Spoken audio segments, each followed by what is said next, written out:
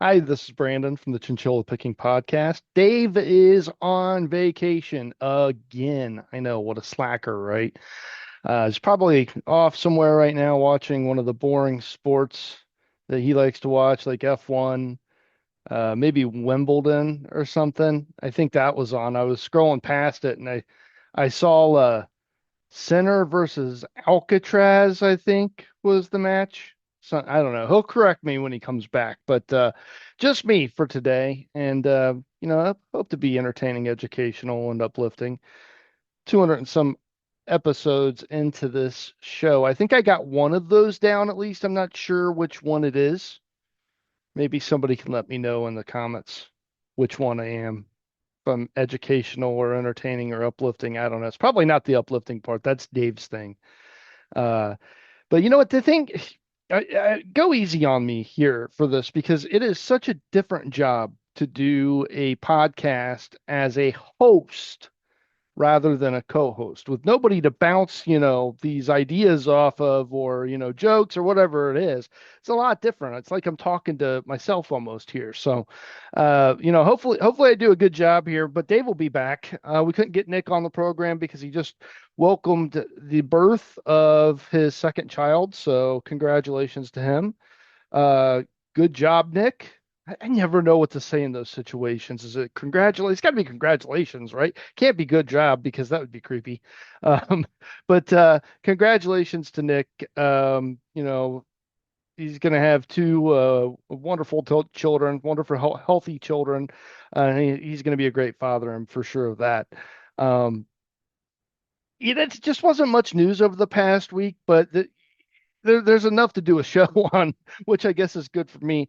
And the good news too, these shows are going to start writing themselves for the next couple of weeks because earnings is coming up.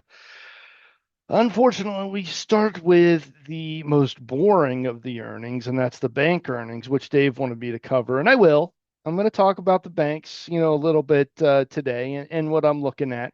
But yeah, the banks started off, and then eventually we'll get into tech, and we'll go from there. But the big news for me this week was Amazon Prime Day, and if you were wondering at all, if it was still reasonable to buy Amazon stock at these levels, you got your answer because the event spurred $24.1 billion in total online sales. $24.1 billion. Now, they just recently, for this year, they extended the Prime Day thing from 2 to 4 days.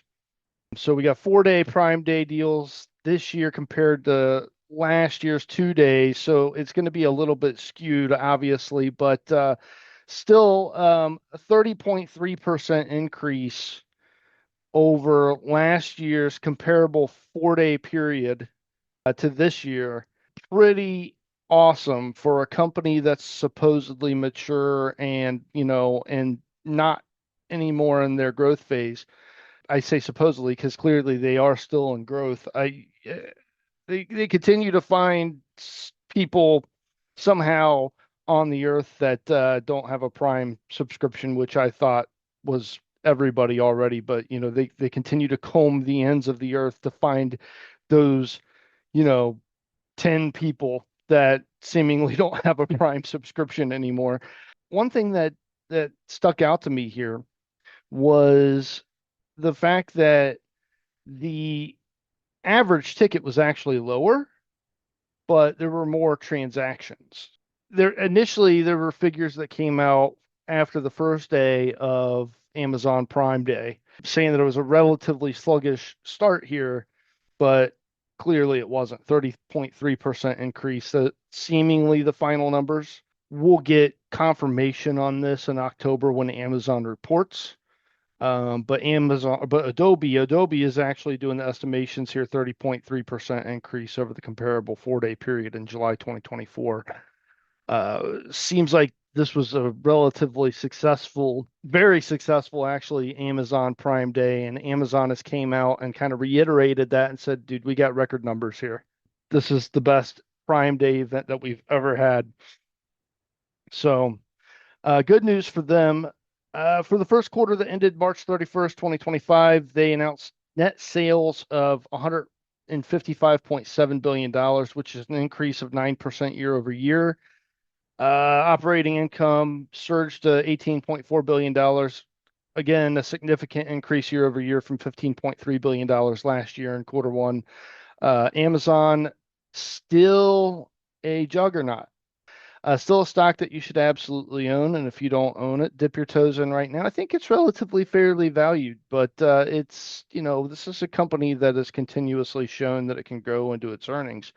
And investors sat through a couple of years there after Jeff Bezos stepped down as CEO, had to be very patient with a stock that seemed to be in consolidation mode for quite a while. And we're just now kind of starting to take off from that. I expect that to continue. And one thing that I've learned as an investor over the years, me and Dave sat there and watched Micron sit in the $50 range for a very long time. And it was just like, all right, every time we buy this thing, it doesn't want to go anywhere. Turned out that was, absolutely a time frame where we should have been loading up. So anytime you see a company that is consolidating, especially for a very, very long time, but their earnings are still growing, that's your time to just keep adding. Every time you get a chance, just add to it and add to it. If the company is doing really well, but that stock price is just in range constantly, eventually it's going to break out of that range and your investment's going to pay off. Amazon, I didn't want to let sit. I didn't want to miss that one. So I own Amazon, but we'll see. We'll see how it goes. I think that Amazon's earnings are going to come out, surpass expectations in October. So use this opportunity to buy into Amazon, get your feet into it a little bit. And, any pullbacks add to it for sure. I think this is a good company to buy. Now, the big news that's going to come up over the next 7 days, the bank earnings. And I want to just talk a little bit about what I'm looking at here. The Federal Reserve Bank of New York, their quarterly report on household debt and credit for the first quarter wasn't really good. It didn't just show a rate of new delinquencies rising, but it showed that the new delinquencies are now passing pre-pandemic levels. And the amount of credit card balances transitioning into serious delinquency is quite alarming, actually. That's higher than it has been since 2012. And according to the most recent data, the flow of credit card balances into serious delinquency has reached 3.2%, which does not seem very high, but it's the rate of increase here that we're looking at that's worrying, because last year, the same period, the credit card balances into serious delinquency was 2.5%. And so a year over year gain from 2.5% to 3.2%, that's 28% increase. That is alarming to me.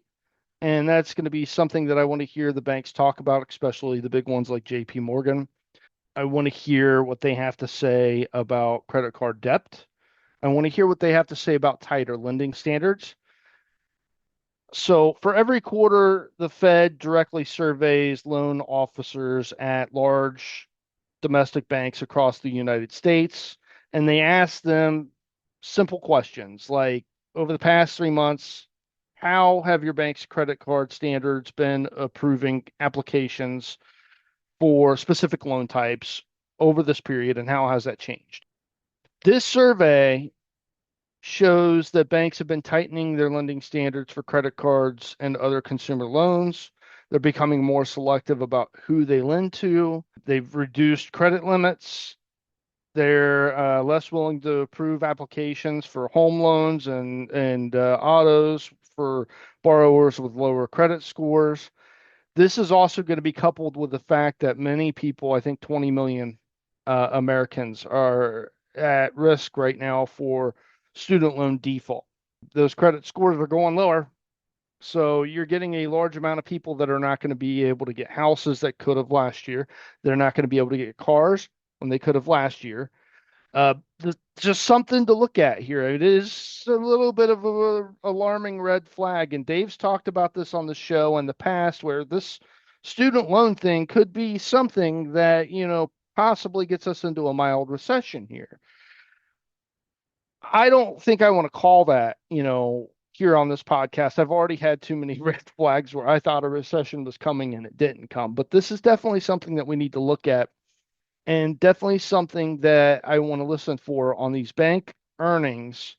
And, I looking at this too, and I'm just thinking to myself, why isn't the Federal Reserve lowering interest rates right now? They're seeing the same data I'm seeing.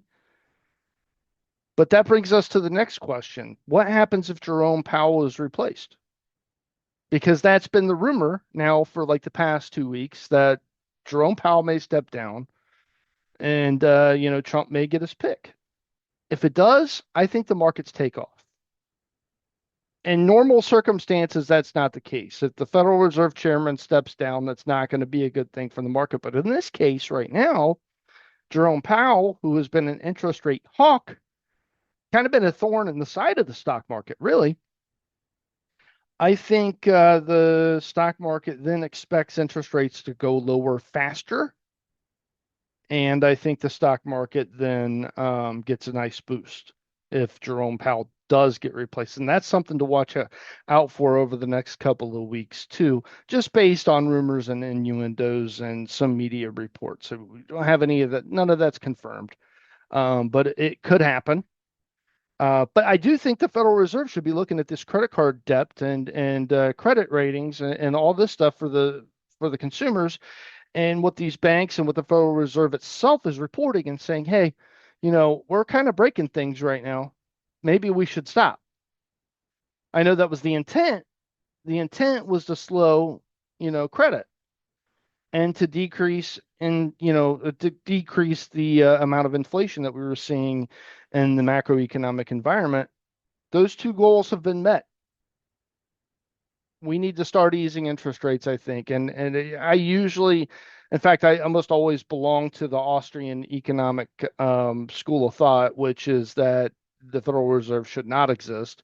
Interest rates should be 100% left to the market, left to the free market.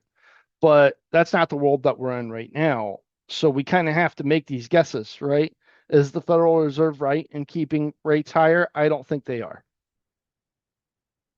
I think now's the time to start lowering rates. I don't think they need to be aggressive with it. The economy's in a decent position, but we're at that tipping point with credit, and we need to maybe back off a little bit. Maybe start easing and maybe start lowering those interest rates. That's what I think so. At least now, as far as the specific companies go, for the financials. I don't own any financials other than what Berkshire Hathaway owns. But I don't invest in this sector. It's just too slow growth for me. Uh, Maybe one day I will, but I just don't. But I am looking at and listening to these, conference calls and looking at the reports for next week. And what I want to see is guidance, of course. I don't really care since I don't own the stock. I don't care if they beat the consensus estimates by like a couple of pennies here and there, what their revenue was, what their profitability was. I just don't, it doesn't matter to me because I don't own these stocks, but I'm looking for guidance. I want to see what they have to say about the overall economy, what they have to say about loan growth, statements on home loans, auto loans, and student loans, such things like that, right? That's what I want to see. That's what I think everybody should be listening for. Just keep an eye out on those things. Now, on a separate news story here, one company that I do invest in is NVIDIA.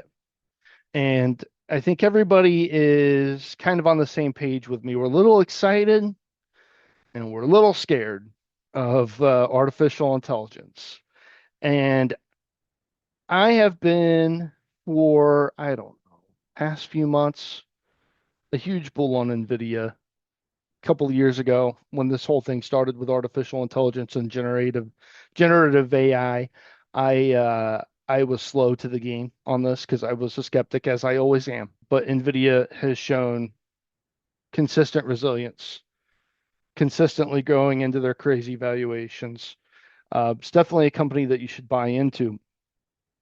one thing that I am concerned about is the fear of the general public, because artificial intelligence is very clearly something that is changing our lives. It's going to exponentially change our lives over the next 5 years in ways that we don't even know yet. Combine that with the fact that it is something that is highly misunderstood by just about everybody. You have a handful of people throughout the entire world that actually understand artificial intelligence, how to program it, where it's going, the difference between generative artificial intelligence, super artificial intelligence, all this. There's a handful of people on the globe that really know these things. And I mean, really know them. And that's why Meta, and OpenAI are in these bidding wars for these people, paying them $300 million to come on board. They're not CEOs. They're getting paid like CEOs, but they're not CEOs. And they're getting paid, 100 to $300 million to come on board and offer their expertise in these areas. And that's because there's only a handful of people that really know this stuff. Well, that's a problem for artificial intelligence in my mind, and it's something that I want to keep an eye out on, because this is going to be a field of industry here that is going to be targeted by more and more and more regulation over the coming 5 years. So we really need Jensen Huang from NVIDIA. We need the OpenAI people, the Meta people to come out and talk to the media in ways that we can all understand, explain what they're doing on their end to self regulate and calm some of these fears. And by the way, go to the media and talk about this stuff in a way that actually sounds like you're a real human, because most of the time it doesn't sound like that. You've Mark Zuckerberg going to the media, the guy does not talk like a real person. And I like Mark Zuckerberg, but he doesn't talk like a real person. Elon doesn't either. Maybe hire some PR firms or something and educate them and get them to go to the public and start talking about these things in ways that can, assuage our fears a little bit. I don't want NVIDIA taking all of our job, or not NVIDIA, but artificial intelligence taking all of our jobs and leading to the end of humanity. But that's what many people are afraid of, and probably justifiably so, because we don't really understand the magnitude of this. I'm not saying that's what's going to happen. I don't want to go down the path of conspiracy here, but it is something as an investor to keep your eye out on, because the more this fear grows, the more likely we are to have regulations that are overbearing, and probably even not the correct kind of regulations. Be honest, when the government regulates anything, do they do it right? Not usually, right? So I'm still an investor in NVIDIA. To be fair, this is the most important company in the world right now. It'll probably be the most important company in the world for the next 10 years. You should still own the stock, but keep an eye out on, the fear gauge for artificial intelligence, because the more people are afraid of it, the more the politicians will go against it. NVIDIA is in the news right now because Jensen Huang, the CEO, he's got a upcoming trip to China, and it drew a warning from a couple of U.S. senators, Elizabeth Warren and Republican Jim Banks. They sent him a letter to Jensen Huang and said, "Dude, you got to refrain from meeting with Chinese companies suspected of undermining the U.S. chip export controls. And you got to refrain from meeting with these companies that have anything to do with Beijing's military." And I don't know what they have, what kind of power they have to try to stop him from doing that, or what kind of repercussions there might be for Jensen Huang meeting with these people when he was just warned to not meet with them. I would recommend that he stays the path and listens to the, Elizabeth Warren and Jim Banks, not because I agree with them, but because unfortunately you have to play ball with the U.S. government. Otherwise, things aren't going to be too good. You don't want them to have you in their crosshair. But Huang is scheduled to hold a media briefing in Beijing on July 16th. We'll see what he says. But that's just something I'm keeping an eye out with as far as artificial intelligence goes. Wanted to hit the big news of the week, which I thought was Amazon's Prime Day. Record numbers for them. And look, this was a huge e-commerce period too, because this is a retail created holiday. It was created by Amazon, right? The Prime Day, 4 days now. You've got Walmart that's following suit online. They've now got their own thing that they do that overlaps with Amazon's Prime Day. Best Buy now has what they call the Black Friday in July, which just like Best Buy, dude, Black Friday in July. Black Friday has not been a thing really for 10 years, 20 years now. You guys are 10 to 20 years behind on that name, just like you are with just about everything else, to be honest with you. But yeah, I gave us good news. I mean, that was good news. I mean, so we hit on the Amazon Prime Day thing here because, I mean, not only does that show that Amazon is still investable, but it also shows that the consumer right now is still fairly healthy, even with the reports that I just stated from the Federal Reserve Bank of New York, that shows that we could be at a tipping point right now. And the Federal Reserve should lower interest rates, in my opinion. But that's it. That's what I got for today. I wanted to keep it short and sweet. Don't have Dave here, so go easy on me. Hopefully, I did a decent job. I hope that I was uplifting, educational, and entertaining, or at least one of them. But y'all have a great week. We'll see you next week, and I think Dave will be back.